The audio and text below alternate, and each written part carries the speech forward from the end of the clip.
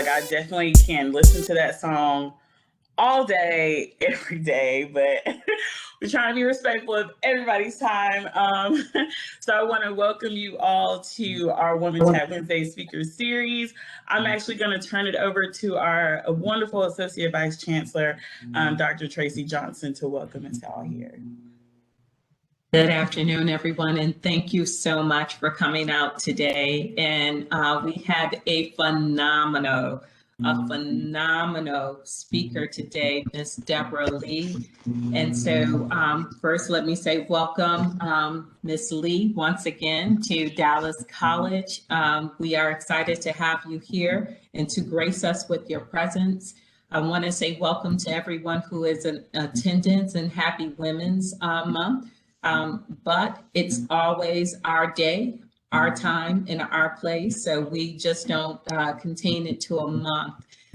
So welcome, welcome, welcome. Thank you so much, Carmen and her team, for doing an excellent job with planning out this entire month with powerful speakers, events, and activities. And if you have not gotten involved, please feel free to get involved because there's so much to do with Dallas College, with all of our Heritage Month activities, as well as our student engagement activities. So please get involved.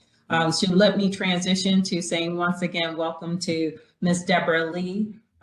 She really does not need any introduction. She is a powerful businesswoman who joined BET back in 1981.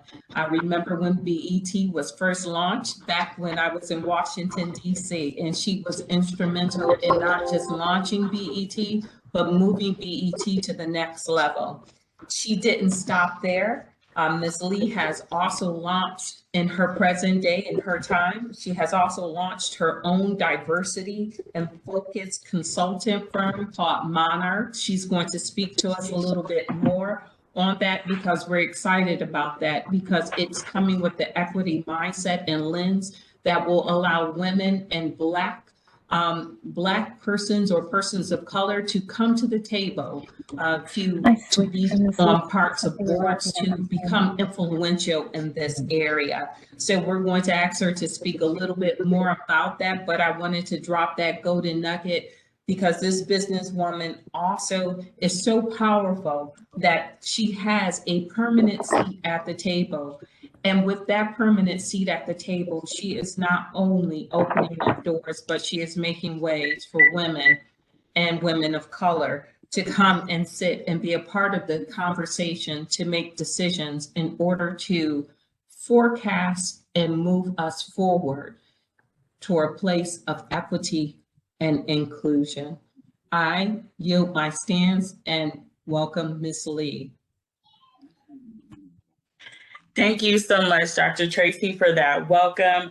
I just want to go over some quick ground rules before I turn it over to my friend Morgan. And that is, again, and I do want to reiterate, welcome to everyone that is here today and celebrating Women's History Month with us. Please, again, if you could mute all mics. We want to make sure we don't have any feedback. We also want to make sure that we are hearing every single word that Ms. Debra is speaking today. So please mute all mics. We ask that you utilize the chat. Please feel free to talk. Use your emojis. If you want to give us a clap, if you want to laugh, if you want to say, hey, this is great, be respectful of the speakers and also just make sure you're commenting in the chat. You can also ask your questions in the chat. If you would like to have like a better view, place your WebEx on stage view. That way you can get a better view of the speaker. And then I also just ask that you be open, be inspired, and feel empowered because this is Women's History Month, right? We're all about celebrating women. Of course, we're not limited to March, but 24/7, but we ask that you be open and just feel inspired and empowered today because we have some really great information and we have a phenomenal speaker.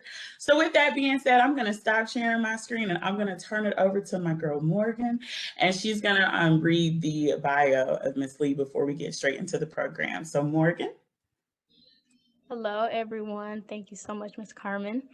My name is Morgan Wright. I am one of the student ambassadors for the Mountain View campus for Dallas College. So I'm fully honored to be able to introduce Ms. Debra Lee. She is honored as one of the most powerful women in the media and entertainment industries.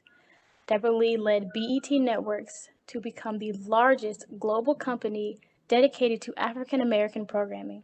She blazed new trails as one of America's rare African American female CEOs, growing BET's brand presence from a network known mostly for music videos to a ratings record-breaking, serving a demographic with more than $1.3 trillion in buying power. Lee defined the network's brand mission and increased investment in authentic programming that resonates with Black audiences. These include shows such as The New Edition Story, The Game, Being Mary Jane, the BET Awards, Black Girls Rock, BET Honors, and many more. Ms. Lee's barrier-breaking journey to the corner office and the ranks of industry-powered players is as inspiring as her many achievements. Raised in the segregated South, she went to Brown University and Harvard, earning both a JD from Harvard Law School and an MA in Public Policy from the John F. Kennedy School of Government. During 3 decades in leadership role, Lee saw BET become the first African American company to be traded on the New York Stock Exchange, going from $17 to $29 a share on the first day, and be acquired by media giant Viacom for $3 billion in 2001. Today, BET is the leading provider for entertainment, not only for the African American audience, but for consumers of Black culture worldwide. Sharing an inspiring life story, leadership lessons, valuable insights on managing change, and a passion for empowering women and people of color, Debra Lee brings incredible presence to the speaking stage. Her talks on diversity and inclusion are known not only point out the elephant in the room, but motivate action and change. Help me welcome a warm, warm welcome to Ms. Debra Lee. Yeah, so this is where y'all put the emojis down. No, I'm just kidding. Thank you so much, Morgan.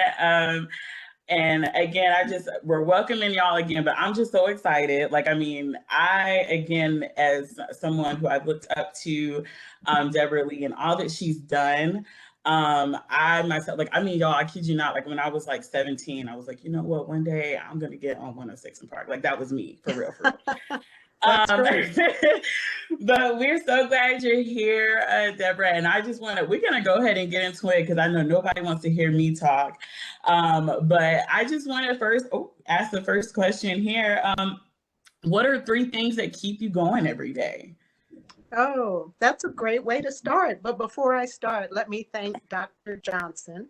I really appreciate her kind words and her being here. And thank Morgan for doing a great job. My bio gets longer every day, and she did a great job of highlighting the important points. And I want to thank you, Carmen, for being my moderator and host, and I look forward to our conversation together. But to answer your first question, 3 things that keep me going every day. One, I have to say my parents. Unfortunately, they're both deceased right now, but they raised me in a way to be the best educated person I could. I was the first part of the generation of Brown versus Board of Education. In fact, I was born the year it was decided. And to them, education was the key to success. So they pushed me, they rewarded me when I did well, and all those wonderful schools that Morgan mentioned, I went to because of my parents, and especially because of my father, because he really wanted me to go to Ivy League schools. He thought that would open up more opportunities for me, even though I had grown up in Greensboro, North Carolina, right across the street from A&T, which I love to this day. North Carolina. Carolina in the house. I know, right? A&T Aggies. But I went to all black high school.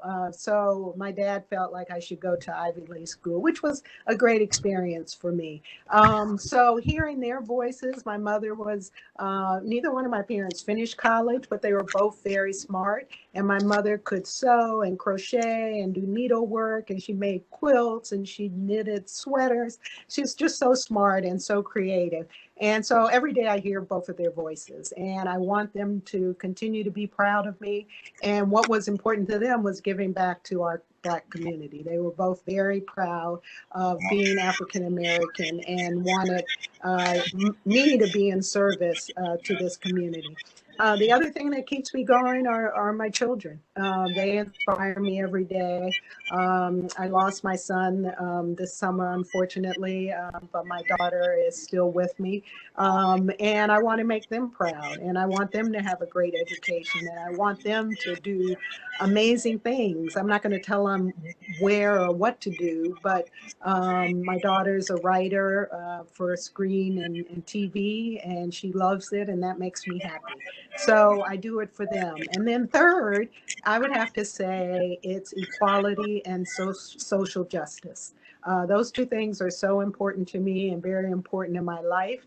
I never expected to be able to contribute through a media network. I thought I was going to be a lawyer and argue cases in front of the Supreme Court. That didn't happen, but I was able to land at BET and make sure they were in excellent legal shape, and then also move into the business aspect of it and create programming that was authentic, that our audience liked. We got high ratings for it.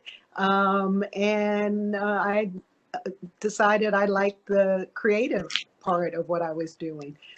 So when we had successful shows, that was kind of like winning the Super Bowl for us. I remember the first night of the game when we resurrected that show from the CW. They canceled it, and we put it back on the air 2 years later. We got 7.7 million viewers that first night, and that really showed me if we produce quality programming, authentic programming for our audience, they will show up. And I think that's carried on to this day. So those are the three things that keep me going. And what great thing of the game, actually, that was my show, okay? Like, I love the game.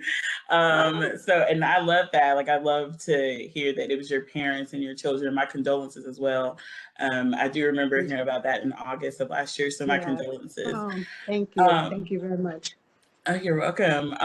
The next thing I want to ask, so can you share some of your personal icons of empowered women and what sets them apart? When I was growing up, I didn't have a lot of role models, but I always, let me start with the Supremes. Okay. The Supremes, Okay. I'm just going to say it. The Supremes were the first Black women I saw on TV, and I love them. I love their outfits. I love their voices. I love their poise and their elegance. You know, I wasn't a big fan of the bouffant wigs, but I mean, that went with their brand. And so whenever they were on Ed Sullivan, my family would gather around the TV. So at first, if I could have been anyone, I would have wanted to be Diana Ross.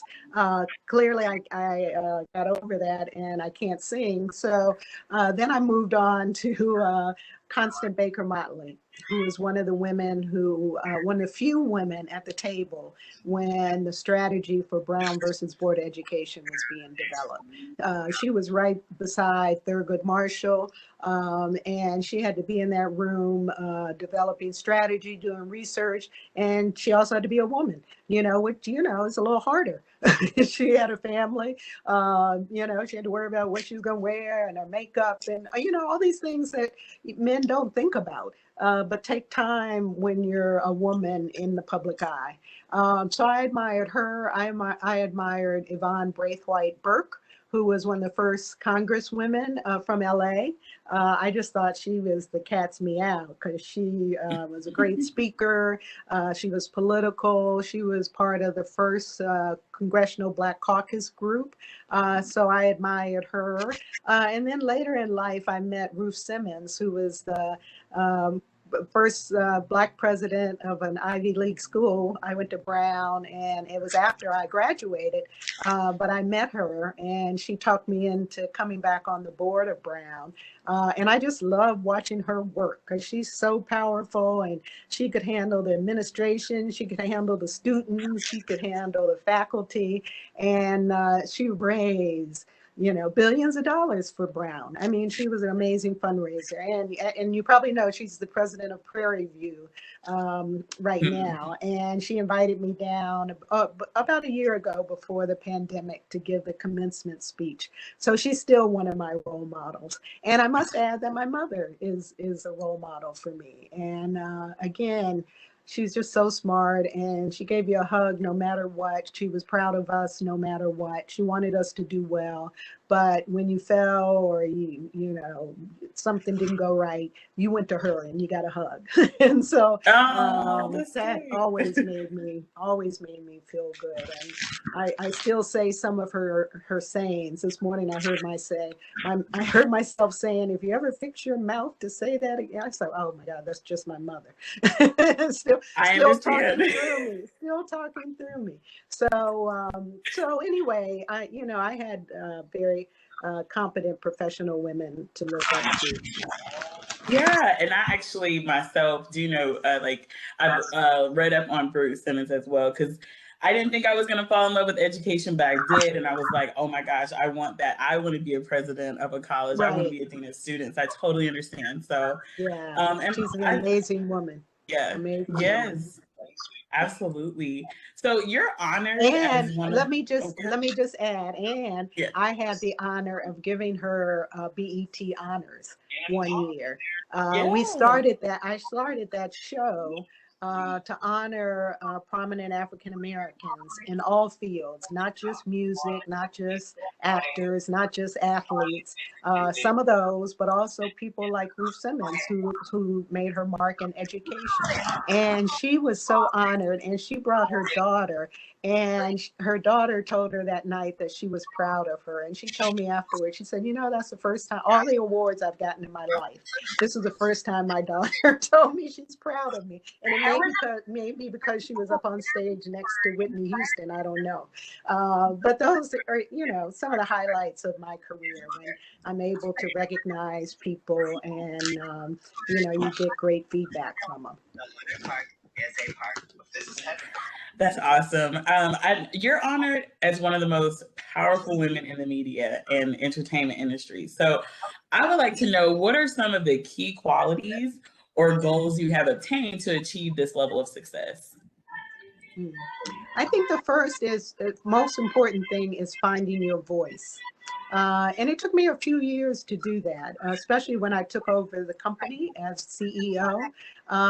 You have advertising sales division telling you what you can do. You have a programming division telling you what they can't do. You have affiliate sales who deals with the cable operators.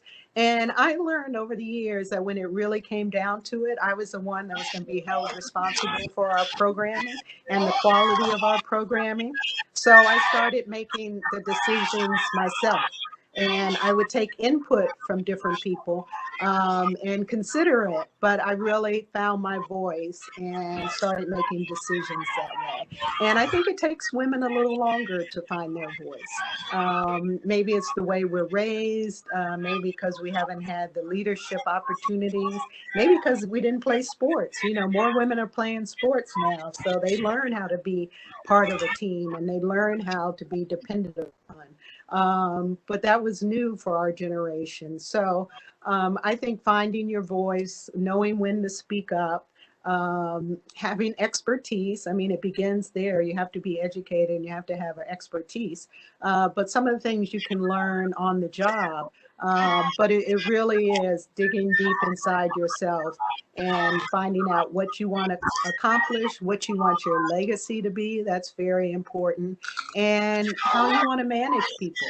because that's a big part of what you do as a CEO, is hiring, firing, unfortunately, but putting together the team that works together. And I think, in my years at BET, I put together some great teams that work together, and I learned how to do that over the years.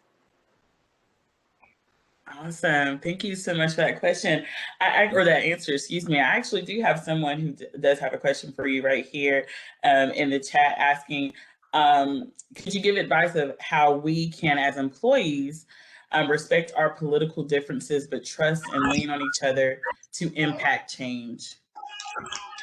Well, politics have been so divisive recently, and especially during the Trump years. And I'm just going to be very honest about it. There was no attempt to bring the two parties together, and there was a lot of divisiveness. There are a lot of things that were said that shouldn't have been said about different races and ethnic backgrounds.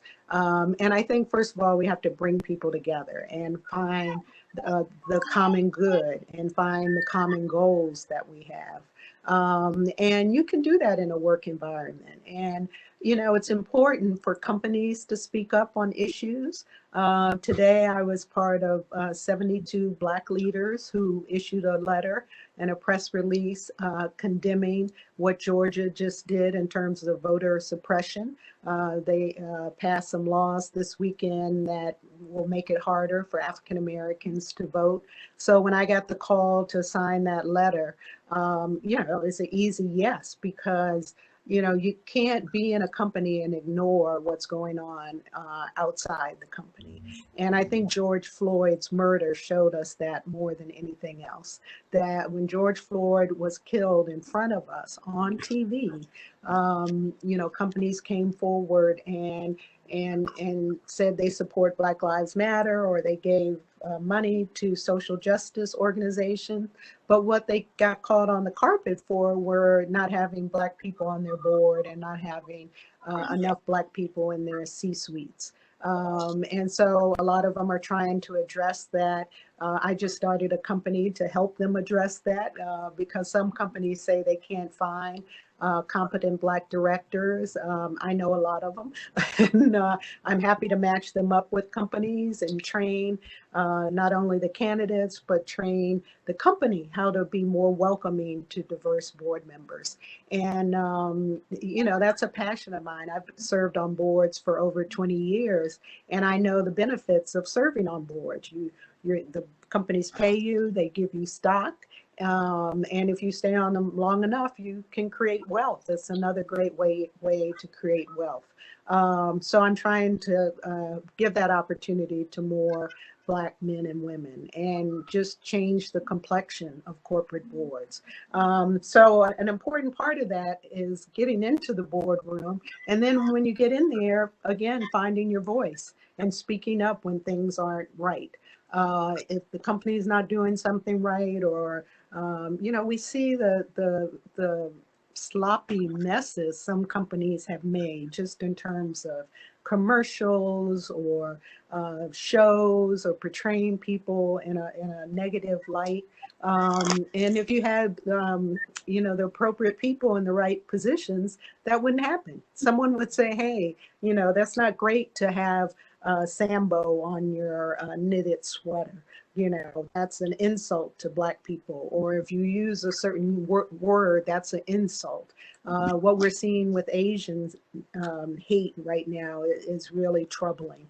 And so, companies need to be diverse, in all areas, and they need to seek out differences in opinion so they can make better business decisions.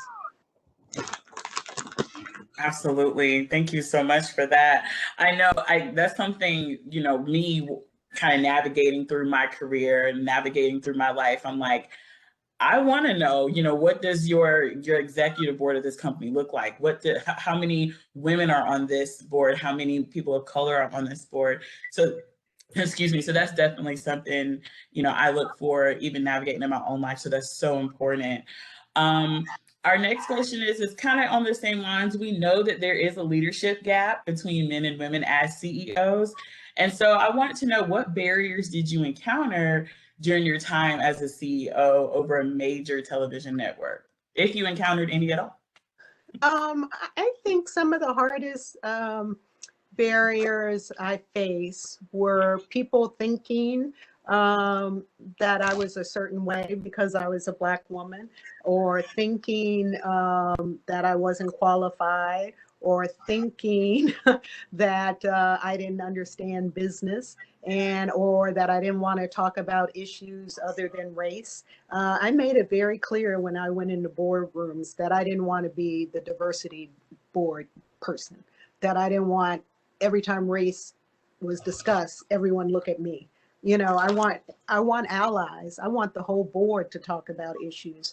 And I'm going to talk about P&L, and I'm going to talk about marketing, and I'm going to talk about governance and marketing and all the other things I know about. You know, I'm not going to be put in a box. What was it, movie, Dirty Dancing? Don't let anyone put baby in the corner. Yeah, I'm not going to be put in the corner. I'm just not. So I think overcoming people's misperceptions about me, and getting to know people and having them get to know me and what I cared about. And if I'm talking about a basketball game or fashion show, that doesn't mean I'm not a good CEO. That means I have outside interests, just like men who golf or go to football games. You know, we all have outside interests. So why do you expect women to be narrow and not talk about their children, or not talk about, you know, other things that they like? I used to be embarrassed carrying a Vogue on a plane, Vogue magazine. And then I was like, well, the men are reading, you know, Sports Illustrated. Why can't I read Vogue? I just happen to like fashion. That doesn't make me any less a competent CEO. That just means I like fashion, and I knew how to sew, and I always wanted to be a fashion designer. So it's something that I'm not ashamed of anymore. And you know, you need to get to know people and understand their background and what they like and don't like, and then you can make decisions about them. I know another thing, I used to ride on the company jet sometimes. And I would get off the jet, the company plane, it was a pretty big plane, and the driver would look behind me to see, you know, who else was on the plane. And I would have to say, it's just me. I'm the CEO of BET. The pilot was looking back. I have access to the plane. There are no, you know, group of men with me. I'm not someone's wife. You know, it's part of my job to have access to the company plane. But I know, you know, it used to happen all the time. Driver would meet me right at the foot of the steps. I'd get off. Hi, how you doing? I'm Miss Lee. And then they'd still look behind me, expecting to see somebody else. So there's still misconceptions. There still are too few women in as CEOs. And, you know, we just had 2 more Black women in the Fortune 100, Rosalind Brewer, who went to Walgreens, and Thasunda Duckett, who went to TIAA from JP Morgan. So, you know, I hope that keeps happening. We have Melanie Hobson, who's chairman of the board of Starbucks, and Bill Kennard, who's chairman of the AT&T board. So we are having more people move up the corporate ladder. But, you know, we need it to be so many more, so that it's not, you know, 1 or 2 or something that we're still surprised about. You know, when I walk in the room and people find out I'm the CEO, they shouldn't be surprised by the fact that either I'm Black or that I'm a woman. And hopefully that will keep changing in the next 10 years. And I think one way to do that is to get more people of color in the boardroom. I love that. And I do also just want to mention the CEO of Starbucks. She is a soror of mine. She is a member of Alpha Kappa Alpha Sorority Incorporated. I do just want to throw that out there. Okay. I have to mention that no matter where I am. No. Right. Fair enough. Yeah. So there's a stereotype, but you kind of talked about this a little bit. So there's a stereotype around women not being effective leaders. Either we're too emotional, or we can't make firm decisions, lack of flexibility, or what have you. Did these biases ever discourage you in your journey? No, not really. What I realized early on was I had to create my own style of management. I couldn't let people push me into a way of doing things. And I'm more of a consensus builder, and it may be my legal training, it may be that I'm a woman. I don't like to dictate to people how to do their jobs. I want to hire competent people, have them come to me if they need more resources or if they have questions, but go off and do their job. And, there are a lot of men, and I hate to generalize, but there are a lot of men who are just dictators. Here, do this. And when you finish, come back and I'll tell you what to do next. I don't like managing in that style. And I like the team to be cohesive. Now, that's not always possible. There's usually an outlier who doesn't like something about the decision that's made. And I had to learn to live with that. I had to learn that I couldn't make everyone happy. I couldn't be that nice girl that my parents raised to make everyone happy. You can't run a company and make everyone happy. One of the hardest things I had to learn was how to fire people. It's not something I enjoyed. And sometimes I had to fire people that I was close to or that I liked a lot. But when you're restructuring or the profits aren't there, or, things change, like with COVID, a lot of companies had to lay off people. And that's not a pleasant thing. And as the CEO, you just have to learn to do that. And hopefully you can bring them back at a different point. There's some people I fired that I'm still in touch with. I tried to do it in a humane way and give them good severance packages when I could. But you can't be liked by everyone in a CEO position. If you are, you're doing something wrong. But we all want to be liked, and we all want to deliver good business results. We want to deliver for the board, for the shareholders. So, that's your first obligation, is to deliver for the shareholders if you're a publicly traded company. Okay, so I just wanted a quick reminder that if everyone could please mute their mics. I'm hearing a little feedback when Ms. Lee is speaking, so if you could please mute all mics. That's just my little reminder. Okay, so thank you so much for that answer. I do have a question in the chat from Marley. Marley is one of our students from the Richland Chronicle, asking, you were part of major programming that hip hop culture embraced at BET. What show were you most proud of? Well, I would say two. In the scripted area, the show I'm most proud of is Being Mary Jane. I love that show. And I, talking about non-consensus decision making, I sat down with the creator of that show, Mara Brock-Akil, and she pitched it to me, and I greenlit it on the spot. I didn't do any research. I didn't ask the advertising folks what they thought. I didn't ask the marketing people what they thought. I just liked the show.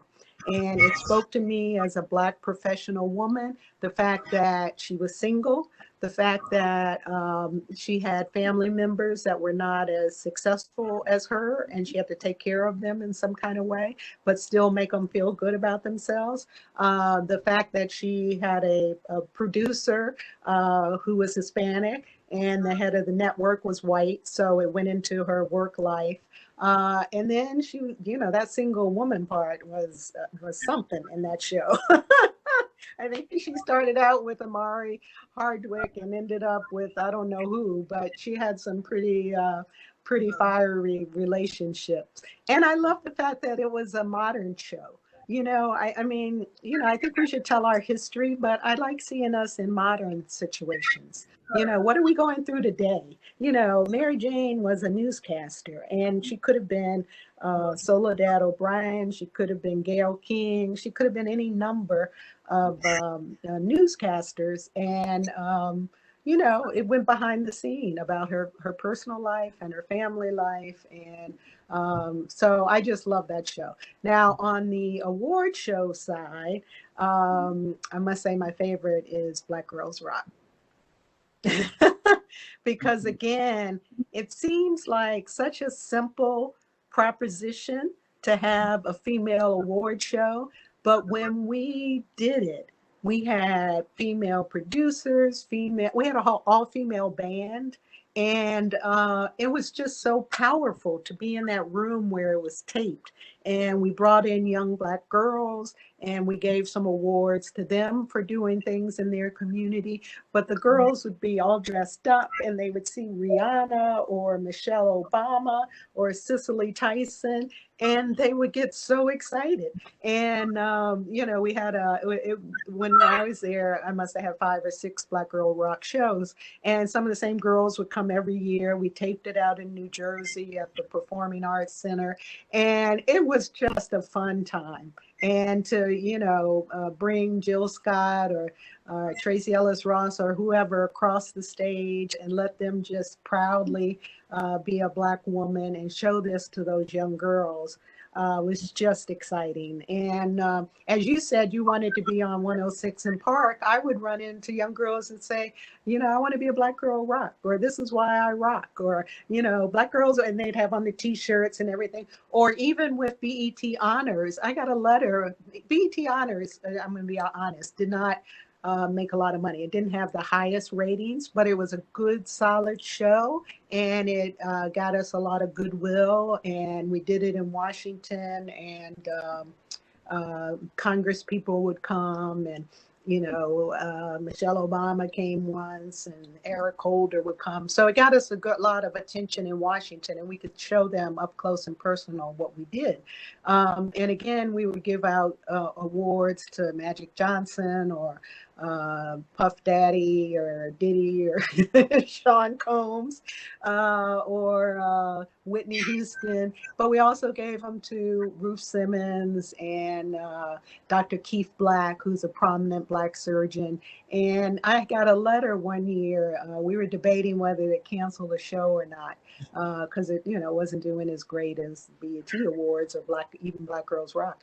And I got a letter from a young man one year, and he said, I love BET Honors, and when I grow up, I want to win a BET Honors. And that gave me chills. And I just said at that point, I am not canceling this show, because I want young people to have goals. And if their goal is to get a BET honor in no matter what category, I think we're doing the right thing. And I kept that show on for many more years. And, that's the kind of thing you can do through programming. You can change people's perceptions of themselves, of each other. You remember the time Ellen announced on the air that she was gay in her sitcom? I mean, people still, forget how big a moment that was. How big a moment that was. Or when we did the New Edition story, even though it was about this young boys group in Boston, it was also about how you get into the music industry, the challenges you might face as you get famous, what happens if the group falls apart. I mean, there's so many learning lessons you can get out of good programming. And that's why I fell in love with it. Black Girls Rock, when I tell you the first, because I can't remember how old I was, but the very first Black Girls Rock show, it was like me and some of my friends, we got like a whole bunch of food and we just sat there. We were like, we don't know what this is. We're going to watch this. I mean, we were so inspired. And like, as a Black woman, when growing up, there weren't that many shows or even award shows that were just for me. There wasn't shows that I can look at and be like, oh, I'm being celebrated today, So I love Black Girls Rock. And yes, I wanted to be like the 106 in Park Black Girls Rock. I mean, I wanted to just kind of be on TV, but, But, leading into that question, so what advice would you give a Black woman who wants to go into this business? Well, I would say, first of all, define what you want to do in this business. There's so many things you can do in front of the camera, behind the camera. I mean, I think it's a great goal to want to be on 106 and Park in the audience. They were good looking kids and they fought each other to get on the show every day. But do you want to be a producer? You know, learn about the business. Do you want to be a director? I mean, seeing someone like Regina King direct One Night in Miami, you know, shows young girls you don't have to just be an actress. We're not all good at acting, but maybe you could be a director. Maybe you can be like Ava DuVernay or a producer who basically helps raise money for the movie or TV. So we're seeing more role models. So I would say first define what part of the business you want to be in and start getting some experience in it. It's a very competitive field. You know, if you can start in college, that's the best way to do it, you know, through summer jobs and summer internships. You don't necessarily have to go to graduate school to go into the entertainment industry, depending on what you want to do. But, you know, a business degree doesn't hurt. But, you know, maybe you want to go out there, work for a while, see what you like, what you don't like, and then go to business school. So there's so many different ways to do it. But I would say getting some experience really shows people that you're committed to it. Because, you know, some people just like to say, I want to go into the entertainment business. And they've never spent a day in their life in it, and they don't even know what it's about. They just watch TV and like it. But, you know, you really have to find out the professional side of it and what you're interested in and get to know people. You know, I always say if someone asks me to be their mentor, you know, I run away faster than Florence Griffin because that sounds like such a heavy burden. But if you know someone in the business and you like them, you know, say, let's have coffee and take them out and have coffee and just learn from them. You know, you don't have to ask them to be your mentor. Just do it in a casual way. And you know, now with streaming and digital, there's so many more outlets that where you can do short form programming. You know, I don't know if everyone remembers, but Issa Rae started with Awkward Black Girl, which was a short series on digital. And then next thing you know, she has a deal with HBO. And I don't know if that was her goal, but it's truly worked out for her. Now she's producing and I don't know that she's directed, but she's, you know, doing a lot of different things and doing very well. So I think, you know, there are a lot of opportunities. You just have to be sure of what you want to do. Yes, and you touched on mentors. I'm like, oh my gosh, did she know that was going to be my next question? So, like, did she know? I know. You know, you talked about, you know, kind of like asking and, you know, having someone asking them out for coffee or something like that. I stole my mentor actually, Kiana Bradley. She didn't know, but I just kind of stole her mentor, and everybody's like, what? Yep, she's mine. But I wanted to ask. What did you have a mentor on your journey, and how did you feel? And how do you feel about mentorship for women? I really didn't have a mentor. I had what I call far away mentors, like the women I mentioned earlier. I didn't know them, but I watched them from afar, and I saw how they dressed, and I saw how they handled themselves, and I saw how they spoke. And so I learned a lot, even though I didn't know them. And so that's another way to do it. As I've gone along, I've been a mentor to a lot of employees and executives at BET or outside of BET, but again, it's just happened naturally. And I've always liked giving back and helping people who come behind me, because I always say I wasn't the smartest one in my classroom at Dudley High. I was like number 6 or 7, to be honest. So there were people there smarter than I am who have gone on to do great things. But I want people to know that you know, you don't have to be the smartest one in the room. You just have to work hard and know what you want to do. And then, you can learn a lot from people's books. More and more people are writing books. I just got Cicely Tyson's book, and I'm so excited to read it because she had such an amazing career. And it was so sad that she passed away just a couple of days after the book came out. I saw her on the Gayle King and CBS Morning, and she looked beautiful, and she was so happy the book was out. And she passed away a couple of days later. She was a good friend of mine, and I learned a lot from her. So, life is a learning experience, and I learn from my kids, I learn from my friends, but you just have to be open to talking to different kind of people. That's great. We had someone ask a question about fashion because you talked about fashion a little bit earlier. I know. They said, "Have you?" I know, right? We're talking about fashion now, but they asked, have you made any fancy purchases lately, and have you already envisioned the outfit you're gonna premiere when the world opens back up? Give us a little.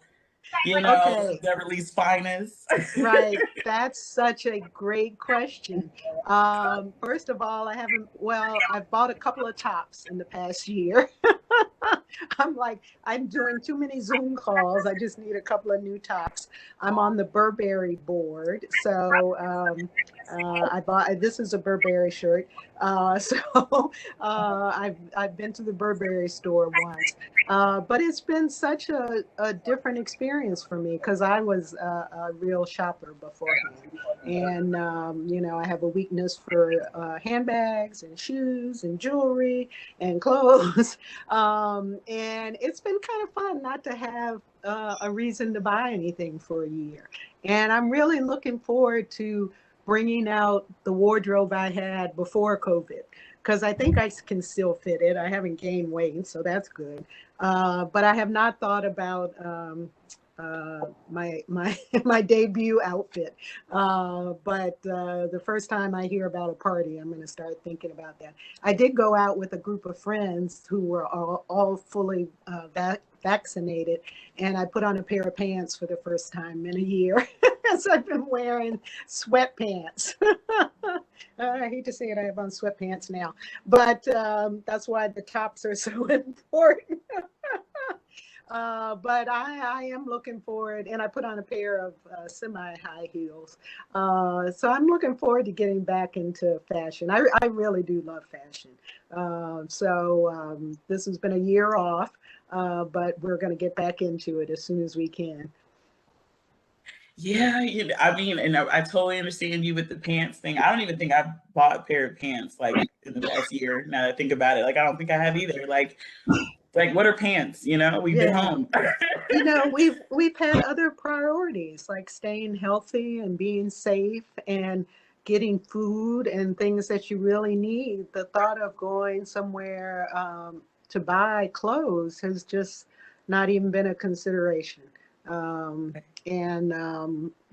Maybe we needed that to get readjusted and refocused on our life and the people that are important to us, and caring about the people, and learning how to say I love you in different ways than always giving something.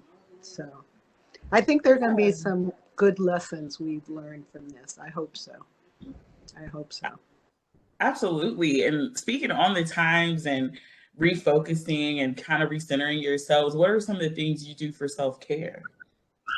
I haven't been doing much for self-care recently. I've just been trying to make it through the days. I used to could say massages I liked, going to a spa I like, but you can't do either of those. So I've been doing some reading. That's been something I like to focus on. I have 2 dogs, and they bring me a lot of joy.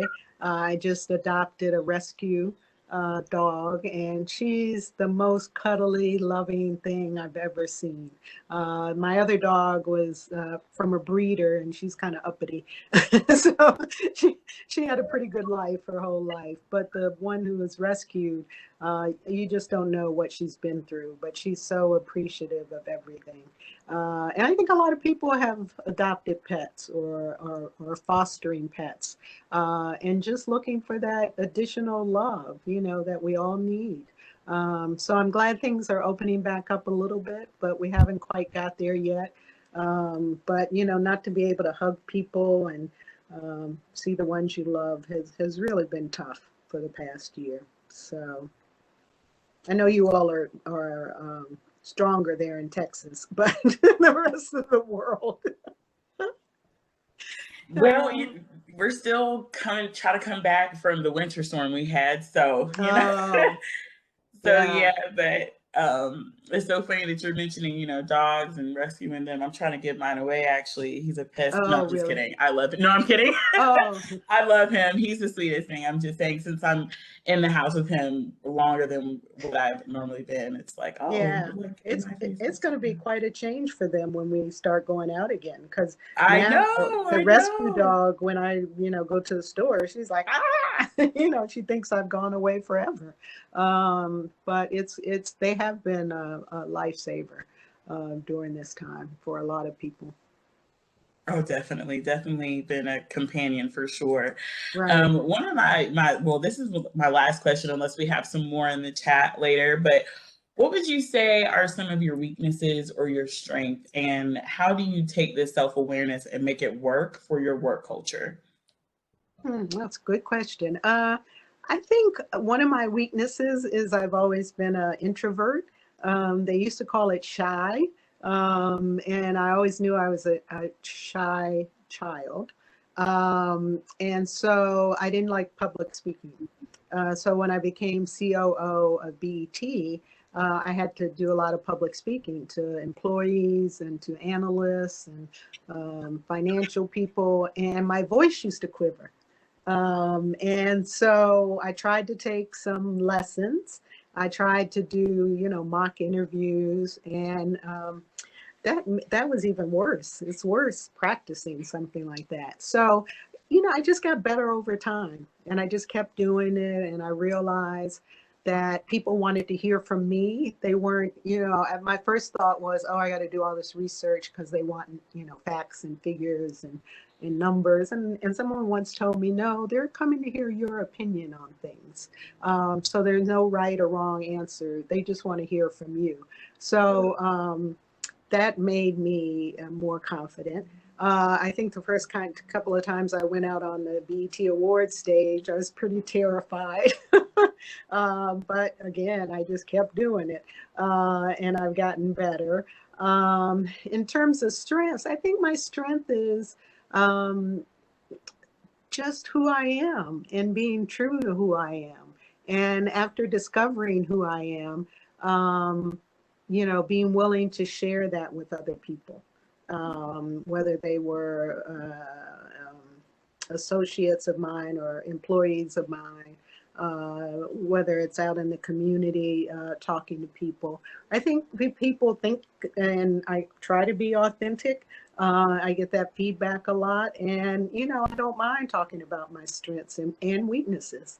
Again, I want people to know we all have shortfalls, and you can overcome those things. I'm not a natural at being on stage, but I learned how to do it. I'm not the one who's gonna dance up the aisle and put on a performance as part of my annual meeting speech. There are other people like that, and that's great, but that doesn't mean, I know less about the company or that I care less about my employees. I'm just a different kind of person. And once I lived up to that, I think I was more confident and more comfortable in my own skin instead of trying to be, like someone else. I would like to be Beyonce, but I'm not Beyonce. Understandable. I've been trying, but I don't. Right. I don't know. And actually in person, she's much different, and she's a very nice person, very down to earth, very nice. But when she gets on that stage, she's a totally different. What's her name? Sasha Fierce. Yeah, she's definitely turns into a different person. But that's not my strength. I'm not a performer. But now I can get up and speak to anybody and tell them how I feel about something and not be nervous about it.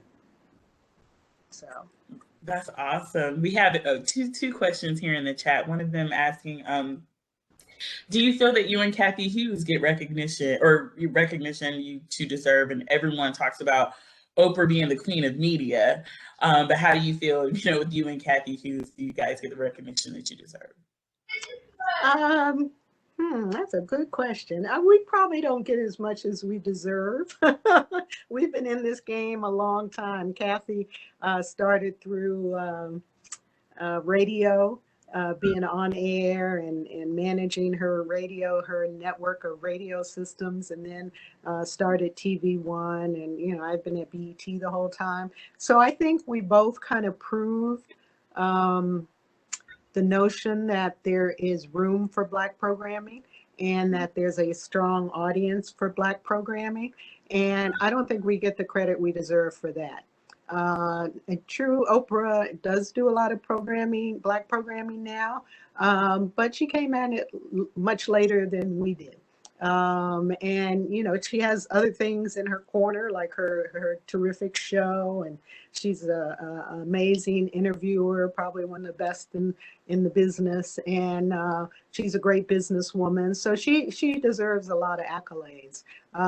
But I think in terms of Black programming, we probably don't get as much as we deserve. One time I was at the Image Awards, and Kathy ran over to me and she said, let's get the 3 Black female network heads. And I was a little surprised, and she grabbed my hand and took me over to Oprah. And the 3 of us took a photo together. So I have that photo somewhere. I need to find it and put it up. But it was a nice moment. And Oprah had her arm around me and we had our arm around her. And that was a nice moment. And Kathy orchestrated the whole thing. But, we're not put in that same category a lot. But we are 3 Black network heads, or we were when I was still working at BET. But anyway, it's changed a lot, and a lot of other networks have recognized the importance of Black programming and are doing a lot more of it, especially streaming companies, and that's great. I was never, I never wanted BET to be the only one. I just want to be recognized when we did something great, like at 7.7 million viewers. But now, I'm happy when Netflix has a show that works, or National Geographic had on the Aretha show the other night. I was like, wow, National Geographic, that's something. Go National Geographic. But I watched the whole thing. And I enjoyed it. I had to ask somebody where the National Geographic channel was, but but I found it. And it's great. We this audience has been the Black audience has been so loyal for so long, whether it's to VH1 and Love and Hip Hop, or to who does Real Housewives, Bravo. All these networks came along, and the first thing they do as new networks is do Black programming, because they know that's not a lot of it, and the Black audience will find it whatever channel it's on. And so, when all these other channels started doing Black programming, we had to compete with them. There was a time when we were the only one, but we had to step up our game. And that's why I invested in scripted programming, was proud when we were nominated for Image Awards or whatever, because people were recognizing what we were doing. And that always, and still to this day, especially young Black men will stop me on the street and say, Miss Lee, thank you for what you did for the culture. And that just makes me cry, because it's so sweet, and they really recognized it. And whether it's hip hop culture, and if you don't like hip hop culture, I got rid of all of the music shows and started doing scripted. Even though we've always been true to hip hop culture, we just had to help clean it up a little bit. So it did my heart good to see Megan Thee Stallion and Cardi B on the Grammys the other night. They were so good and so classy. I don't know what they were saying, so I'm not going to attest to the words, but they looked amazing. And, women in hip hop have come a long way. So. Absolutely. And I remember like that transition where, because like BET was a lot of like music videos. And then right. we started to get TV shows and like you said, scripted shows. And I was like, okay, I can, like, I mean, everything, it was like a beautiful transition to see. And we started to see the shows and more people and more talent. Right. And I love that about you taking over when you did. I was like, this is beautiful. I love that we can connect with whoever's on TV, not in just a music way, but now, we have other scripted shows. Right. But it was tough. When I took over, we had 60% of the programming were music videos, and those are very inexpensive. And to move into dramas and sitcoms was very expensive. And luckily Viacom supported us and gave us the budget, and the shows worked. But we grew up in when we didn't have any money doing music videos, and we have to thank the record companies for that, because it was promotion for them. But and it's changed a lot. The music industry has changed a lot, and I remember, when I would go to some of our shows and the dancers would look like strippers. I'm like, why do dancers look like strippers? Like, how come we can't class them up a little bit? I don't mind dancers scantily clad, but they don't have to look like strippers, and all the guys would have on long t-shirts. Remember those days? They would have on long t-shirts and baggy shorts, and then all the women would come out and, whatever. But they worked with me over the years. We had stricter standards. They used to complain that we had stricter standard than MTV. They used to always tell me, MTV lets that video on. I said, well, I'm not running MTV. I'm running BET. And, I'm trying to set a standard. I'm trying to let young people listen to what they want to listen to and see the videos they want to see, but also have a standard that I know the Black community wants. And it's hard to do. It's hard to do. So we have our last question here. As a woman leader, how do you make decisions without feeling the need to apologize when people do not like it? I've never felt the need to apologize. I might feel guilty about it afterwards and feel bad I had to say no to some people, but I never felt the need to apologize, because again, I knew I was the ultimate decision maker. So if things went bad, it was going to be my fault. And if things went great, it was going to be my fault. So I had to be ready to take responsibility either way. So I unless I'm trying to think, when have I ever apologized for anything? Oh, I know. This is a good one, and I didn't do it. Someone at BET Digital did it. Said something about Blue Ivy's hair, and I was on vacation, and Beyonce was on MTV Awards, and someone said something about, Blue Ivy woke up like this, or something they thought was funny, and it just wasn't the right thing to say. So that person got fired, and we apologized. So when we did do something wrong on air, I would apologize, because I never wanted to pretend like we were perfect, because we had too many people working at the network, and you try to have reviews and standards, but sometimes things slip by, and that one slipped by. Yeah. Actually, I remember thinking, like, I think I remember that, but I don't think I had any idea that it came from a BET staff person. Like, I remember the comment, but I had no idea that was BET It was staff. somebody. It was someone on BET.com. Oh, gotcha. Okay. In there late at night and thought it was funny and didn't ask their supervisor, and it just blew up in our face. And I'll never forget, because I was on vacation and I started seeing all this Twitter noise about, that damn BET. I never liked seeing that. That always broke my heart. I'm like, what did we do? And I called in and found out what happened. And we moved fast to apologize. Gotcha. Because, Well, we don't catch up. I've been looking at the chat, and I'm telling you, I will say we have a lot of College Hill fans. Okay, and this That's interesting. so That's many so College great. Hill fans. Wow. We I used to see get so much criticism from that show, from college presidents, Wow. and schools saying, "Don't come here. We don't want you to," So that was another balancing act. How do you show college life without, making sure you make the students look like students? I had one college president said, "You don't show enough video of the kids in class." I'm like, okay, we'll try to show more of that. I'm sorry. Is everyone muted? Why are you skipping the class? Because Oh, okay. Hello? Please mute all mics, please. I don't know. There's no trouble.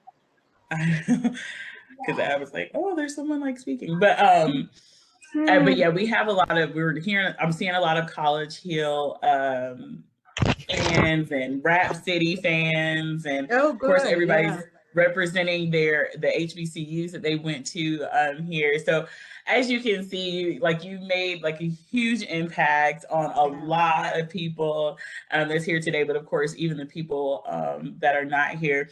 And I mean, I just wanted to know if you had any like last words as a woman, as a Black woman, what advice did you want to give us today to feel empowered or inspired? Yeah, this is so much fun because, as you said, there are so many BET fans listening, and someone just put up Teen Summit was good too. It's great to speak to an audience that really knows BET. So first of all, I want to thank the audience for being BET supporters, because sometimes I talk to audience that don't know anything about BET. I'm just there because I'm a businesswoman or a board member or something. So I want to thank you, everyone, for your support over the years. And I would just say that there's someone who loved the spring break specials too. I would just say to anyone, male or female, when you pick your career and you pick what you want to commit your life to, make sure that your voice is heard, and make sure that you're never in a situation where you're forced to do something you don't believe in. And work is so important and so much a part of our life. That you should really care about it, whether it's a cause, whether it's the company, whatever it is, really care about it and do your best to make it an excellent company, or to make it a righteous cause. Life is too short, and this year of staying at home and not being able to see people has really taught us that there are a lot of important things in life, and you should make sure when you're working that you're focused on those things as well. So I hope everyone stays well and safe, and I really thank you for inviting me to Dallas College. I'm excited. So this was a lot of fun. Absolutely. And of course, we're going to want to keep in touch, learn more about the Monarch Collective and everything like that. So I want to thank you. It's been such a pleasure to have you. I'm sure, like I said, you're receiving a lot of love in the chat. So everybody, I'm sure. Great. I can see all the hand clapping. Yeah, all the hands. Thank you. Yeah. I'm so glad y'all know how to use emojis. No, I'm just kidding. But we want to thank everybody for coming. I want to thank everyone for, celebrating Women's History Month with us. please fill out the survey that the link is in the chat that you see. Please fill it out for us. We want to know if you enjoyed this event, what can we change, what can we do differently, what you liked and all that kind of stuff. We love you so much, Debra Lee, for coming and joining us today. And I hope everyone, number one, remembers that everyone benefits from women being celebrated and uplifted. So let's not stop here on March 31st. We're going to continue this. Okay. So thank you so much, everyone, for joining, especially you, Ms. Lee. And we will see you all next time.